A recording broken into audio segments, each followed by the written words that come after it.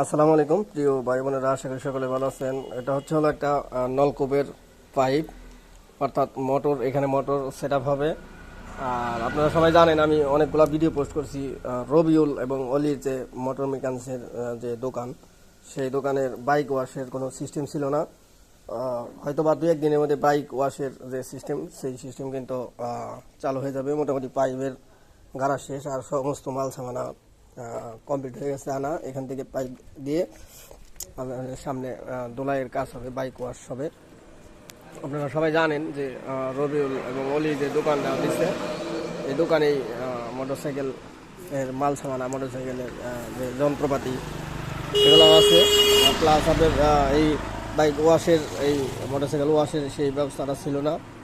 সেটাও খুব তাড়াতাড়ি চালু হয়ে যাবে, হয়তো বা 2-1 দিনের মধ্যেই। এই যে সমস্ত আসবাবপত্র যা যা লাগে সব আছে। মোটর কনে এই যে পাইপ টাইপ যা যা লাগে সব কিন্তু কমপ্লিট। মোটরও আনা হয়েছে।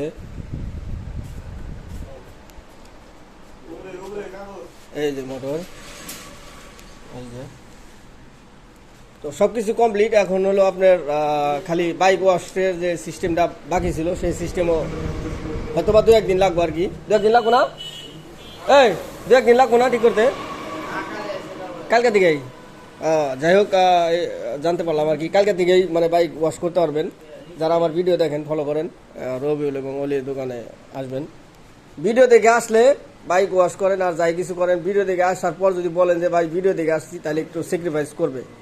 সেটা যে কোনো মাল সামানাই হোক, আর বাইক ওয়াশ হোক বা ইঞ্জিনের কাজও করেন, ভিডিও দেখে আসার পর যদি বলেন যে ভিডিও দেখে আসছি, তাহলে অবশ্যই একটু না একটু ছাড় পাবেন ইনশাল্লাহ।